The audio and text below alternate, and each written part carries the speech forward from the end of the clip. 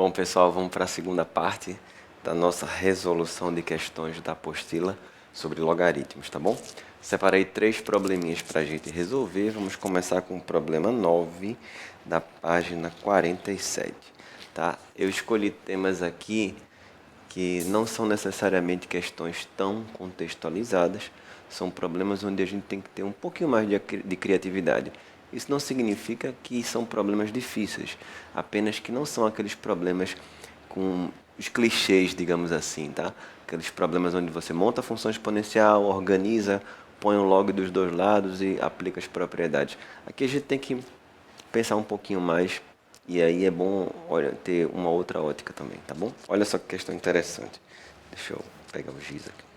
Bom, diz assim: considere n o menor número inteiro positivo tal que log, olha só, log na base 10 do log é o log de um logaritmo do outro logaritmo. Isso aqui dá um nó na cabeça para quem não está muito acostumado, fica morrendo de medo de uma expressão dessa. Log do log do log, né? Quer dizer, isso aqui não é uma multiplicação, tá? Quer dizer, é o logaritmo dessa expressão. Só que essa expressão é um logaritmo desse logaritmo aqui. E ele quer saber, ele fala que n é o menor número inteiro positivo, tal que esse valor aqui seja não negativo. Bom, já que n é o menor inteiro positivo, o resultado do logaritmo vai ser o menor número possível, tá bom? De acordo com as condições do problema. Ele está dizendo que esse log do log do log tem que ser um número inteiro e não negativo. Bom, inteiro não negativo significa maior ou igual que zero, tá? Então eu vou dizer que isso aqui tem que ser maior ou igual que zero. Esse é o raciocínio. E aí eu vou descobrir quanto é o n. E aí, o que eu vou usar? Nada demais. Olha só, deixa eu revisar aqui a definição do logaritmo, tá? Então, uma pequena observação aqui, bem rapidinho. O log de A numa base B sendo igual a x, a gente sabe que B elevado a x é igual a A. Isso aí é o conceito, tá, de logaritmo. Vamos usar isso aqui. Olha só. Quando não tem nada escrito, a gente sabe que a base é 10. Então, usando esse conceito, vou pegar um azul, olha só. 10 é elevado a zero, né? Essa parte de dentro aqui, que eu estou marcando com esse colchete, vai ser maior ou igual que 10 elevado a zero, seguindo essa definição.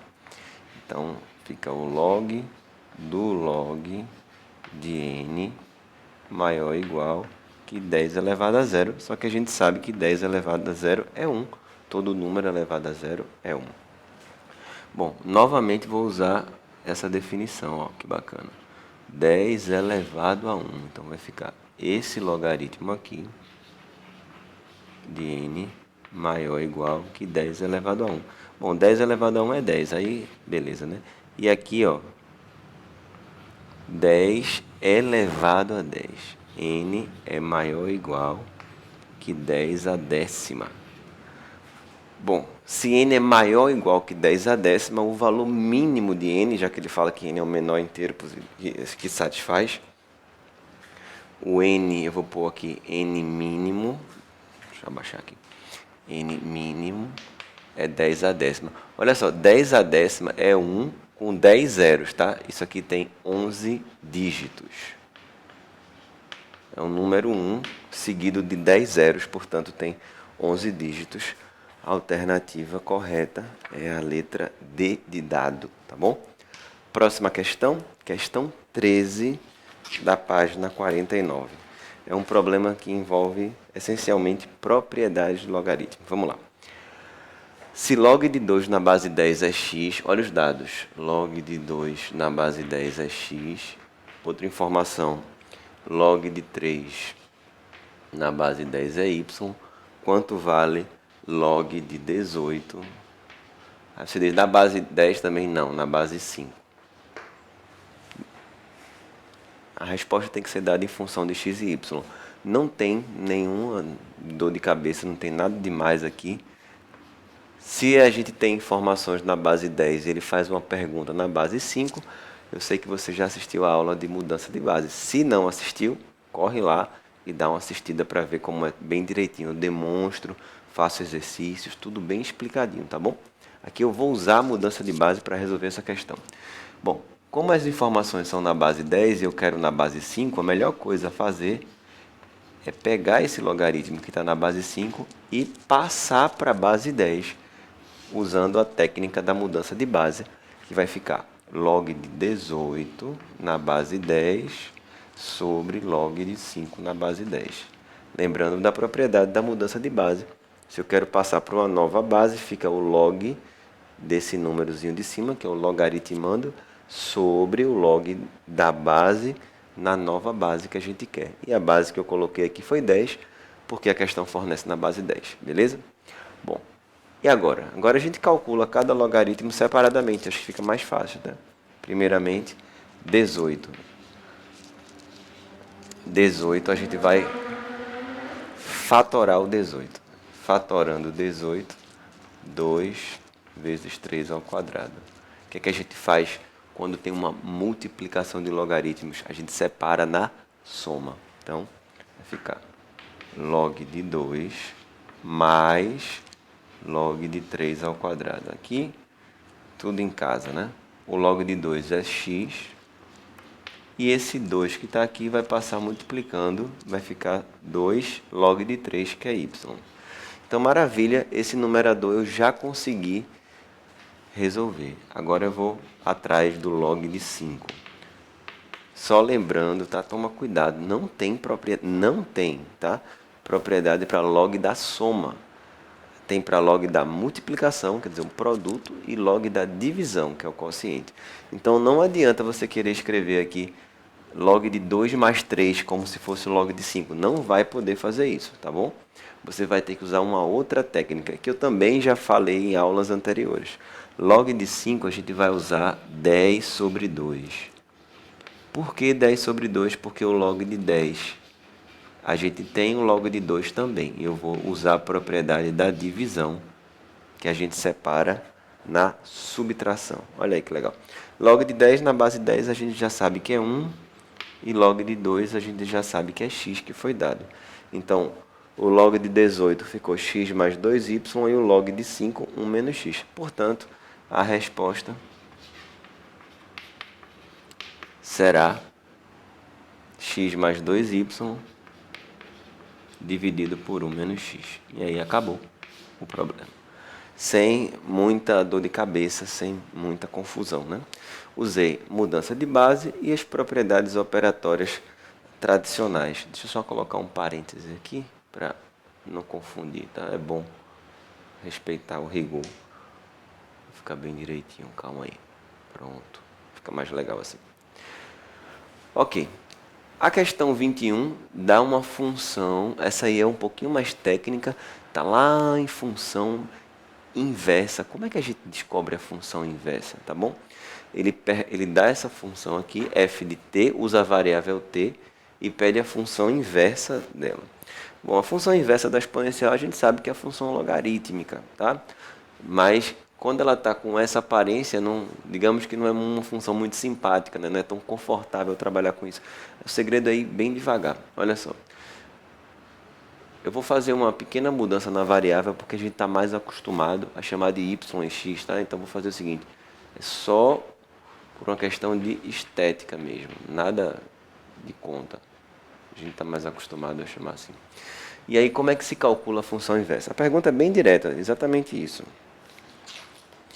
Ele fala, bota uma pequena contextualização, mas no fim das contas ele pergunta qual é a função inversa da função f. Bom, qual é o processo natural de inversão de uma função? Ao invés de você escrever y em função de x, é escrever x em função de y. Então, por uma questão didática, existe um processo. É como se fosse uma receita padrão para poder a gente achar a função inversa, que é trocar x por y e y por x.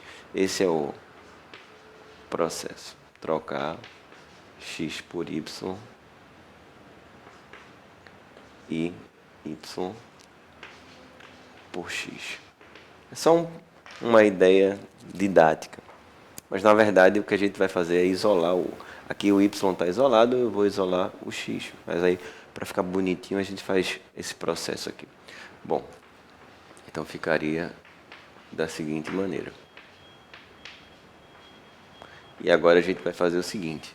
A gente vai isolar esse y, deixar ele quietinho de um lado só, igual a uma expressão. Essa expressão vai ser a função inversa, tá bom? Vamos lá, devagarzinho. Para isolar o y, tem que deixar ele sozinho, né? Então eu tenho que tirar todo mundo de perto dele. Então a primeira coisa que eu vou fazer é passar o 1 para lá, subtraindo. E aí vai ficar dessa forma. O que é que eu posso fazer para deixar o y sozinho? Esse 9 está multiplicando, vamos passar ele para lá, dividindo. Vamos embora. X menos 1 sobre 9 é aqui igual a E menos Y sobre 3. Só lembrando, tá, que esse número é aquele número de Euler que eu falei, irracional. Comentei até na aula anterior. É a base do logaritmo natural ou neperiano. Log de x na base E a gente escreve como ln de x. Bom, agora que entra a história. Como é que eu vou isolar isso aqui? Fica ligado. Esse expoente negativo, ele está incomodando um pouquinho, a gente vai fazer com que ele desapareça, tá? Para ficar mais simples. O expoente negativo a gente pode fazer o seguinte. Olha só como está. Tá x menos 1 sobre 9. Eu posso inverter a fração. 1 sobre E elevado a y sobre 3. E aí eu tirei o expoente negativo. Fica mais fácil. Vamos deixar o y sozinho. Vou multiplicar meios por extremos. Ou seja, vou deixar o E elevado a y sobre 3 de um lado. O 9 passa multiplicando e o x menos 1 dividindo. Fiz muita coisa não, tá? Passei isso aqui para cima, passei o 9 para o lado de lá e o x menos 1 também. Esse é o momento de usar a definição de logaritmo. Olha só. Vamos lembrar, vou escrever de novo. Eu escrevi inclusive nessa região. Vou repetir, não tem problema. Log de A numa base B igual a x significa B elevado a x igual a A. Então, olha se não está exatamente aqui. Ó. B elevado a alguma coisa igual a A. Quer dizer que esse expoente é o logaritmo de A na base B. O expoente é esse aqui. Ó. Então, eu vou escrever y sobre 3, que é o expoente, é igual ao logaritmo na base, que é a mesma base da potência, na base E do valor A, que é essa resposta, que é isso aqui. Então, é só você olhar e copiar. Pode repetir a mesma coisa que eu fiz. Está aqui, bem direitinho. Quase pronto. Lembra que eu tinha falado, a gente vai isolar o y. Ele já está quase sozinho. Só tem um 3 ali embaixo que eu vou passar multiplicando. Então vai ficar assim. Y igual a 3 vezes logaritmo de 9 sobre x menos 1. E aí você olha para... Isso aqui já está pronto. Você pode olhar para as alternativas e ainda não está desse jeito. O que é que significa? Que você pode escrever ainda de outra maneira. Só para relembrar uma última propriedade. Então, existe uma propriedade aqui que diz o seguinte. Provavelmente a mais usada de todas. Log de x elevado a y numa base b qualquer, esse y aqui passa multiplicando. Então, eu posso passar o y multiplicando. Do mesmo jeito que ele daqui de cima passou multiplicando, ele pode estar aqui multiplicando e voltar para cima. Vai fazer o processo inverso. Então, esse 3 que está aqui, ele pode vir para o expoente. Então, outro jeito de escrever essa função seria, faltou a base E aqui, 9 sobre x menos 1 elevado à terceira. E eu escrevi aqui nessa observação que quando a base é E, você pode escrever ln, é uma questão de nomenclatura. Então, vou fazer isso. Y é o ln de 9 sobre x menos 1 elevado à terceira. Pronto. Essa aqui foi a forma como a questão apresentou. Acho que foi a alternativa A, se não me engano. Isso, alternativa A. ln de 9 sobre x menos 1 ao cubo. Bom, é um problema um pouquinho mais técnico. O Enem nunca perguntou algo desse tipo. Pode ser que você vá fazer um outro vestibular, mas com a matemática mais tradicional, né? Aquela coisa mais conteudista, mais formal, como o FUVEST, talvez uma academia militar, talvez a UES, enfim, algum vestibular que vá te exigir uma matemática mais formal. Então é importante saber também, tá bom? Espero que vocês tenham entendido bem direitinho. Bons estudos. Até a próxima aula.